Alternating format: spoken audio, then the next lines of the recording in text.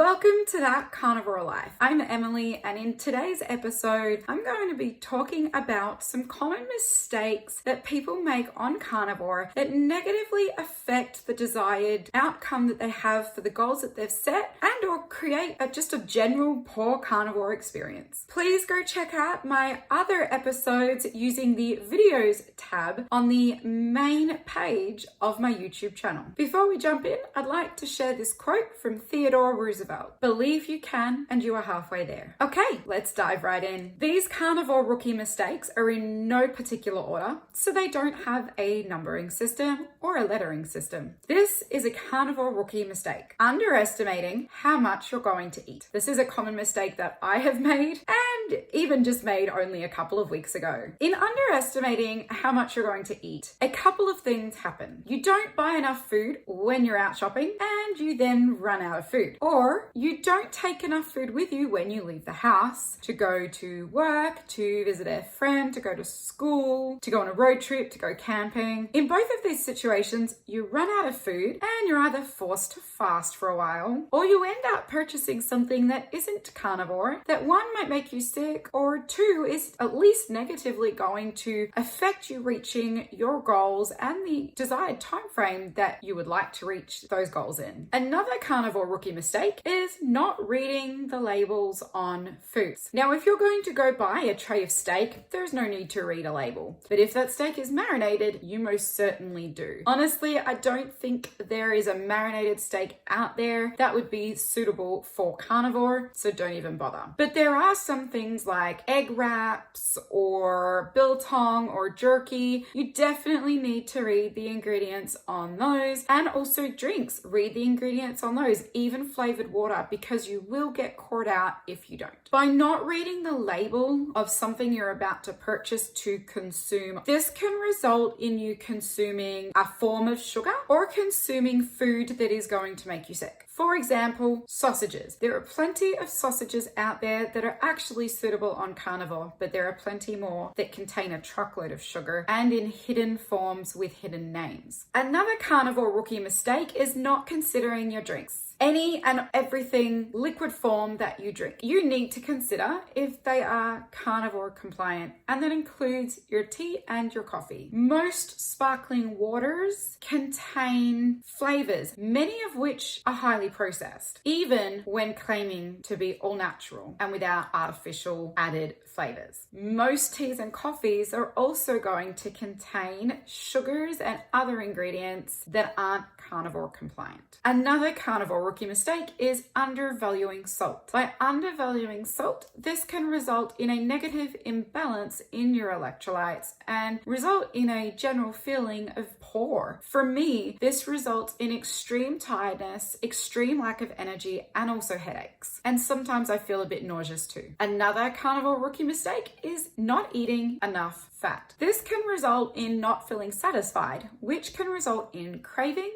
and those cravings are usually for foods that are not carnivore. Also, not eating enough fat can result in constipation. For women not eating enough fat, this can negatively affect your menstruation, your ability to fall pregnant and maintain a pregnancy, and if you're breastfeeding, it can really negatively affect your milking supply. If you've got a poor milking supply, try upping the amount of animal fats you're consuming. On the other hand, another carnivore rookie mistake is eating too much fat. This actually isn't really a mistake, it's just a lesson, because if you eat too much fat, your number 2 bathroom visits are going to be rather entertaining and can really have an impact on your life, because you always need to be near a bathroom. Now, if you're in the adaptation phase or the withdrawal phase, you can pretty much guarantee that you are going to have some fun bathroom visits. So maybe don't pay too much attention during that time. But if you're 1, 2, 3 months into carnivore and you're still experiencing some explosive number 2 bathroom visits, try lowering the amount of fat that you're consuming. Play around with that and you'll find your sweet spot. The next carnivore rookie mistake I have noticed people making is using portion control. Portion control is counting calories and it's restricting the times you might eat your food as well. By using portion control, many people are actually going to undereat and they're going to keep their bodies in this really negative state towards food and around food. And this is especially prevalent where we have dieted, and we've dieted for years, because that involves restriction. It involves essentially punishing our bodies. It creates poor health and confusion with our bodies and our minds when it comes to food, which is really going to negatively affect our ability to achieve the goals we've set for ourselves. Some of you might have heard of the term priming. Priming is designed to restore health to our body around the consumption of food. It means eating as much as you want, whenever you want, without restriction, as long as it's from an animal. However, where dairy is concerned, dairy with carnivore is suggested to be a little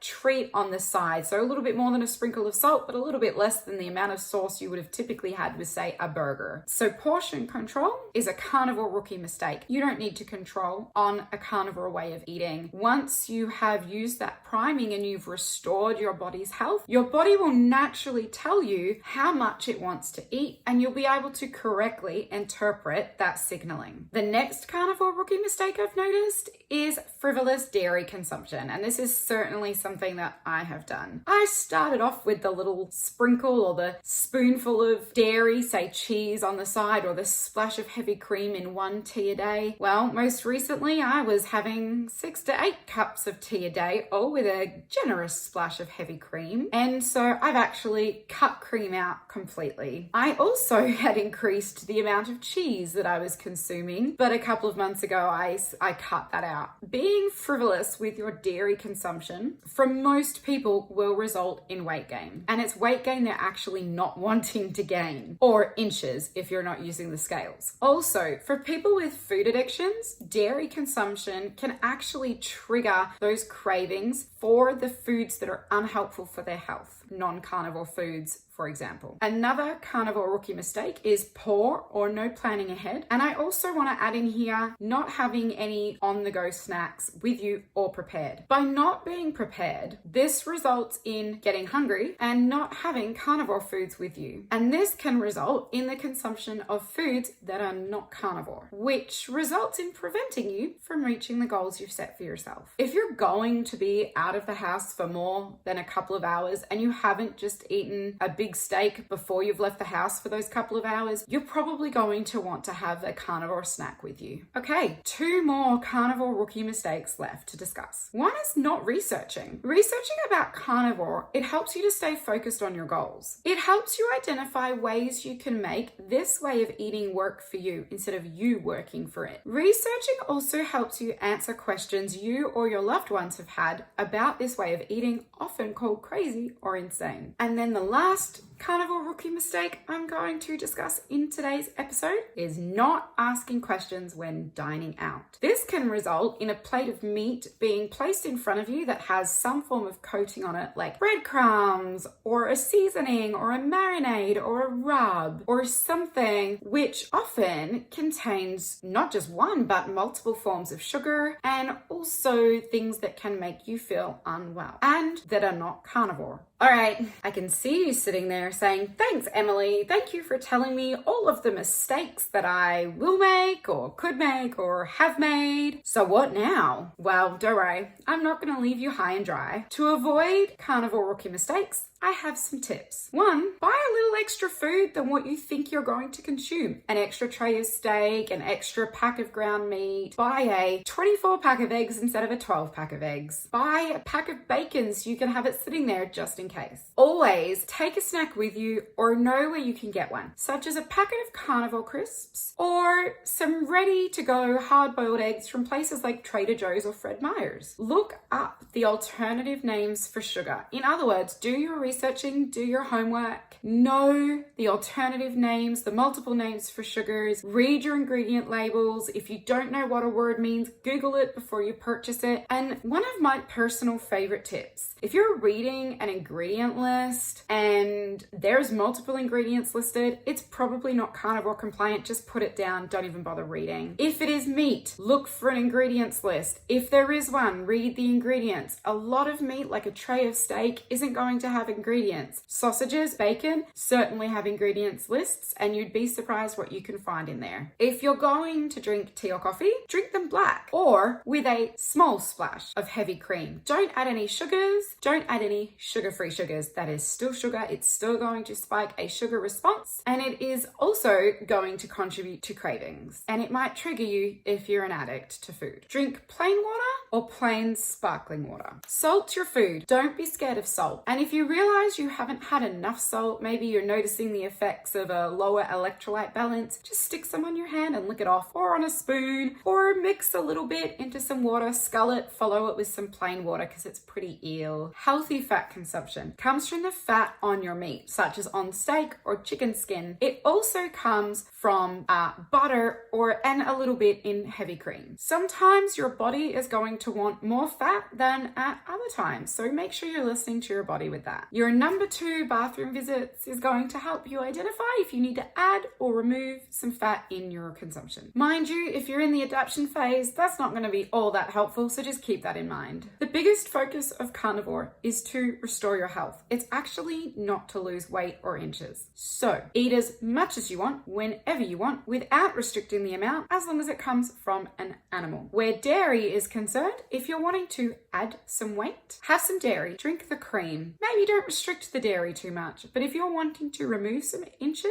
maybe remove the dairy for now, or switch to raw dairy for a month, see what happens, and then if you need to, remove the dairy from there. Plan ahead at least 1 to 2 days ahead. So this could mean taking some meat out of the freezer into the refrigerator so it has time to defrost. It means making time to allow yourself to be able to cook some food, whether it's the evening before or the morning of. It also helps you identify if you need to take a cooler bag in your car with a freezer block in it for some meat so that the meat or the hard-boiled eggs don't ruin and spoil and make you sick. No one needs that food poisoning. It might mean keeping packets of carnivore crisps or biltong or pre-cooked crispy bacon in the car or your purse or in your locker at work. When dining out, ensure to ask questions. This means when you go through a drive-through as well, or you're at a takeout, ask all the questions of your server, even have them check with the chef. Scrutinize everything. I hope that you have found this episode helpful in some way. The whole point of this episode today was to highlight some of the ways that we can get caught out when we switch to eating a carnivore lifestyle, but also to give you some pointers to avoid those rookie mistakes, to avoid getting caught out so you can be as successful as possible in eating carnivore and reaching the goals that you have set for yourself.